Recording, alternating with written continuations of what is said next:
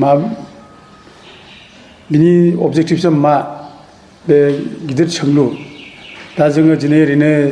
जोंनि गेजेराव मोननै पार्टी दङ बे मोनसेया जाहैबाय इउपिपिएल एबसु बेक खालामनाय इउपिपिएल एबसु बेक माने जातीय आफादनि माने गाइडेन्सआव जानाय इउपिपिएल ओमफ्राय फारसेथिं जाहैबाय बिपिएफ बिपिएफआ जाहैबाय बिराद संग्रामनि गेजेरजों फैनानै नोङो बिटिसि सुक्ति खालामनानै बिटिसिखौ सासन खालामबाय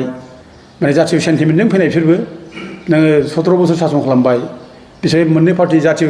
माने पार्टी होननानै जों बुंनानै लानांगोन बे मोननै हान्जाखौनो जोङो जाथिनि मोनसे हान्जा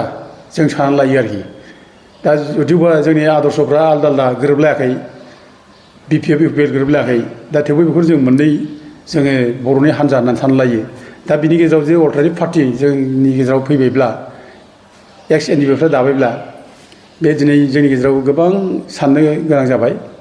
दा ओरैनो राजनितियाव जोंनि गेजेराव गुलाय-गुजाय जाखाबाय आं थोंजों मुलुगदों दा जों गोदान पार्टी फैबावब्ला जोंनि गेजेराव गुलाय-गुजाय जागोन आरोखि बिराद गुलाय-गुजाय जागोन दा एक्स एनडिपिफ्रा मा उद्देश्य लानानै दादों बिसोरनि अबजेक्टिभसा मा दा बेखौ जों मिथिबा मोजां दा आं खोनादों दिनै एक्स एनडिपिनि जायनाखि केस उद्ध जानांगौ जायाखै बेखौ बुंदों ओमफ्राय माने गोबां माने संग्रामि नेताफोर दैदेनगिरिफोर लिडारफोर रन्जन दैमारिजों लोगोसे जेलाव दं बिसोरबो गवाखै बे खेथ्रआव दुखु दं बिथांमोना दा बे हिसाबै बिसोरखौ बख'नो थाखाय एक्स एनडिपिनि केस उइथ्र खालामनाय रिहेबिलिटेसन होनाय बायदिसिना बेफोरखौ नायनानै गोदान पार्टी दानाय अल्टारनेटिभ पार्टी अफ बड'लेण्ड बेबायदि बाथ्राखौ दादों होननानै जों मिथिदों आंबो स्वयं अबयसे खयजन माने एक्स एनडिपिनि नेताफ्रा आं सावरायदों आं बे समावबो आं बुंदों बे जिखौ सानफिनबाव बे गोबां माने गुलाय-गुजाय जायगा जाथियाव जों फटकरि राजनिति हान्जा दाबानो जे समस्या समाधान जायो बे नङा आरो बे गोदान मोनसे प्रब्लेम जेनेबा फैनोबो हागौ गाज्रि प्रब्लेम ओंखायनो बेखौ दायाबा मोजां जागोन दा बेखौनो आं प्रश्न खालामनो लुबैयो आरोखि बुंनो लुबैयो जे रन्जन दैमारिमोना जेलनिफ्राय गवाखै आरो एनडिपिनि लिडारफोर केडारफोर गोबां दं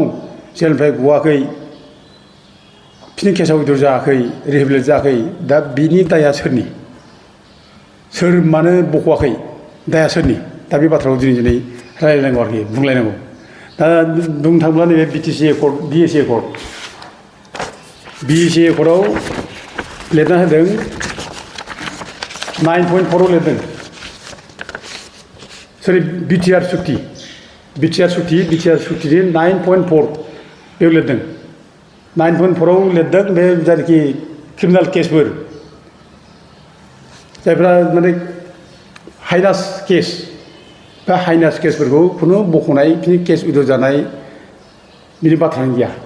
क्रिमिनेल हाइनास केस बेखौ होनदों आरोखि बे गैया दा जाय नन हाइनास केसफोर बेखौ एकदम गभर्नमेन्टआ दानि प्रेजेन्ट अफ ल रुल्स अफ ल बेजों बिसोरखौ माने बिजिरनाय जागोन होनना बुंदों खिन्थु हाइनास केस जेनेबा रन्जन दैमारिजों लोगोसे बिदिनो लोगो नेताफोर जायफ्रा जेलाव जाबाय आरो गोबां एनआइ केस माने नांनानै दङ दा बेफोर गनायनिखौनो बाथ्रानो गैया बिसोरनि बाथ्राखौ उल्लेखखौनो खालामाखै बेयाव गवा आरोखि दा अब्ला नोङो बे जायनाखि बिटिआर सुक्ति खालामबाय नोङो 2020आव बे 20आव एकर्ड खालामनाय समाव बे जिनिसखौ नायनांगौ नोजोर होनांगौमोन मानो नोजोर होआखै नोजोर होआखै सुक्ति खालामना होबाय दा नोङो गबिन्द बसुमतारिया एनडिपिनिनो लिडार बेबो बे सुक्तिखौ साइन खालामदों गबिन्दआ आरो लोगोसे नोङो रन्जन दैमारियाबो बे सुक्तिखौ साइन खालामदों थारमाने बिसोर बुंनानै गावसोरनो लानाय जाबाय जे रन्जन दैमारिखौ जेलाव जोबहैफिननांगौ ओमफ्राय बिनि इसिबां माने सोरबा माबा दङ बाहेरायाव फैनाय दंब्ला बेखौ जेलाव जोबहैनांगौ बिसोर बख'नो मोना बे होननाय बे सुक्तियाव होनाय जादों आरोखि थारमाने अब्ला दाया सोरनि जेलनिफ्राय गनो नाङा होनना बुंनाय दाया सोरनि जागोन बे दा एनडिपिआ गावसोर जुदि बेखौ जुदि सहि होयोब्ला रन्जन दैमारि गावबो सहि होयोब्ला गबिन्द मोना सहि होयोब्ला ओमफ्राय धीरेन मोना जुदि बेखौनो सहि होयोब्ला गनाङा होननानै बुंनाय जायोब्ला केस उइथ्र जाया होनब्ला बिनि दायगा सोरनिफ्राय सोरखौ दायो होनदालाय दा नोंसिनि एकर्डआवनो डिफेक्टिभ एकर्डआवनो बे माबाखौ खालामनो नांखामोन दा दिनै बुंदों अबयसे जे रन्जन दैमारिया माने द्राफ्टखौ नुवाखै बे द्राफ्टखौ नुवाजासेनो मेगन मोसेबानो सहिदों होननानै उरखाव ब्रह्ममोना बुंदों आरोखि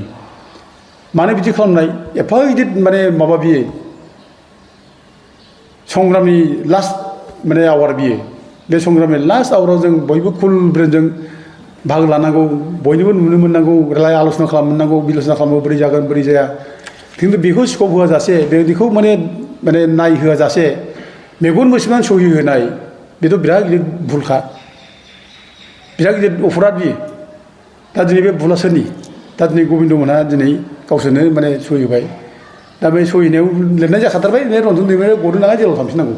एकरा मिनिथार बुंनो थांब्ला थोंजों रावजों बुंनाय आरोखि आरो जेसेबां केस दं बे एनडिपिनि केडारफोर बिसोर जेलनिफ्राय गनो मोना हाइनासनि खोथा जाबाय नालाय हाइनास केसखौ बेखौनो माबा कनसिडार खालामनाय बाथ्रा बुङाखिसै दा बेफोर आरोखि दा गथे दाया जोंनियाव जायफोर माबा मा होनो सहि होग्रा सिगनेटरिफोर मेनलि जों बेखौ बुंदों जे एबसुआनो जिथु लिड लादों बै समाव प्रमद बर'आनो लिड लादोंमोन दा प्रमद बर'आ बिनि रेसपन्सिबोल जों बे बाथ्राखौ बुंबाय थादों आरोखि दा फैयै फैयै जेनेबा दिनै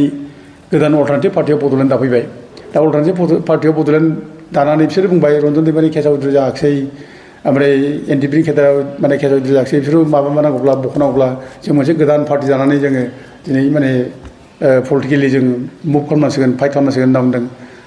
दा जों बिराद गुलाय गुजाय समाजाव जानोसै आरोखि दा नोंसोरो जुदि पलिटिकेलि मुभ खालामनायनि सिन्था खालामदोंमोनब्ला जे पावाराव फैनायनि सिन्था खालामदोंमोनब्ला बै समावनो जेब्ला एकर्ड जायो बे एकर्डआथ' माने एबसुआथ' ओरैनो माबानानै सिगां बारस'नानै खालामनायल'सो जादों बे बिटिआर एकर्डआ बेथ' माने पिस एकर्ड होनना बुंदों बेखौ बेथ' एनडिपिफोरनि अस्त्रधारिफोरसो एकर्डमोन बियो दा बिसोरो बे अस्त्रधारिजों एकर्ड खालामनाय समावनो बिसोरो एकर्ड खालामनायनि उनाव बिसोरो सरकार दानायनि बाथ्राखौ गावसोरनो सिन्था खालामनांगौ सरकारखौ जों बोरै दानो सोरखौ जोङो माने एमसिएलए इलेक्सन गेलेहोनो सोरनो जों इएम होनो सोर मानो बिसोर बे समावनो बिसोरो थिग खालामनांगौमोन दिनै गोबां माने एनडिपिनि जायनाखि केस जेराव थानाय बिसोरो गैयि बाथ्रा बेनो आरो दा नैबे जायनाखि दाबाय अल्टारनेटिभ पार्टि बड'लेण्ड बेफोरो एसे मोजाङै सानफिननाया मोजां नङाब्ला एनडिपिनि जायनाखि संग्रामनि जायनाखि माने सेम्पिटि दंमोन बिसोरनि मोनसे अननाय मोजां मोननाय सेक्रिफाइस बिसोरनि प्रति रेसपेक्ट बे जिनिसा गोमालांगोन आरोखि क्रिटिसाइज खालामजागोन बयबो सोंगोन ना बयबो सोंगोन जे एनडिपिआ दिनै मानो सब समाय माने माबा खालामनो लुबैयो गुलाय गुजाय मानो खालामनो लुबैयो बे बाथ्राखौ सोंगोन माने एफा संग्राम खालामनायाव जेबो लाबाखिसै जेबो मोनफैयाखिसै बिटिआर सुक्तियाव मोजां जायोब्ला मोजां जाबायमोन आरोखि बेबो जायाखिसै गैया एफा गोबाव संग्राम थैलायबाय गावजों गाव बिराद माने गुलाय गुजाय जालांजोब्बाय गोबां मानसि माने थैबाय भिक्टिम जाबाय दा बेल'सो जाबाय जोंनाव मा मोनखो जोंलाय दा बेफोर जिनिसा दिनै फैगोन आरोखि कुइसनफ्रा फैगोन ओंखायनो बेफोरखौ नायनानै संग्रामि नेताफ्रा संग्रामि स्पिरिटखौ लाखिनानै संग्रामि माने जायनाखि सेम्पेथि रेसपेक्ट बेखौ लाखिनानै खामानि मावनाया मोजां आं बेखौ लुबैयो आरो बेफोरखौ सिन्था खालामफिननानै जों दासिमबो जों माने जिथु बावाखै गोदान पार्टि दानाया बेखौ जों रिभिउ खालामलायफिननानै जोङो गोदानै मोनसे सिन्था खालामलायफिननाय रायज्लायनानै बोरैबा मावनो हायो बेखौ माबानायासो हाबाफारि लानायसो मोजां जागोन बायदि आं सानो गोजोन्थों कम्पिउटार कर्सनि सोलोंथाइ लानो गोसो गुदुं सुबुंफोरनि थाखाय गोजोनथाव खौरां कम्पिउटार कर्सनि थाखाय बेसेन नाङा जासे मुं थिसननायनि खाबुखौ लानानै फैदों क'क्राझार सहरनि खोदोमथलायाव थानाय एमएस फ्लाइं रुट इनस्टिट्यूशना बयखौबो थ' बेहाय क'क्राझार सिङाव थानाय खोदोमथला फ्लाइं रुट इनस्टिट्यूटआ हस्पिटेलिटी मेनेजमेन्ट आरो एभिएशननि अनगायै कम्पिउटार कर्सखौबो लन्च खालामनाय जादों गोदान थ' बेहाय दा फ्रि एडमिशन सोलिगासिनो दङ जेरै जोङो जाभास्क्रिप्ट वेब डिजाइनिं सिसि प्रग्रामिं बेखौ गासिखौबो होनाय जागोन थ' जायफोर केन्डिडेटफोरा गोसो दङ बेहाय माने थाबैनो रेजिस्ट्रेशन खालामनो हागोन एडमिशन फ्रि सोलिगासिनो दं एभिएशन आरो हस्पिटेलिटी मेनेजमेन्टनि फोरोंथाय होबोबाय थानायजों लोगोसेनो देग्लायनिफ्राय लानानै फैबावदों क'क्राझारनि एमएस फ्लाइं रुट इनस्टिट्यूशना कम्पिउटारनि कर्स आखा-फाखा रोंगौसार फोरोंगिरि आरो मोजां खाबु थानाय बे फसंथानाव PGDCA, DCA, CCA, JavaScript, web designing, CC programming, illustrator, stenography with typing बायदि बायदि कम्पिउटार कर्सफोरनि फोरोंथायखौ नोंथांमोननो होनो थाखाय बे समाव नेनानै दङ क'क्राझारनि खोदोमथलायाव थानाय एमएस फ्लाइं रुट इनस्टिट्यूशना गोदानै जागायनो लानाय कम्पिउटार कर्सनि थाखाय बे समाव एमएस फ्लाइं रुट इनस्टिट्यूशनाव गिबि खेबनि थाखाय मुं थिसनगिरिफोरा बेसेन होनाङालासे मुं थिसननायनि खाबुखौ मोननो हागोन थारैनो नोंथाङाबो कम्पिउटारनि गियान सोलोंनो गोसो दङ नामा जुदि गोसो दङ अब्ला गोबाव खालामाजासे क'क्राझारनि एमएस फ्लाइं रुट इनस्टिट्यूशनाव सोलों लानो थाखाय नोंथाङा 9394796813 एबा 8099554765 जानबुं अनजिमायाव फोनांजाब खालामदो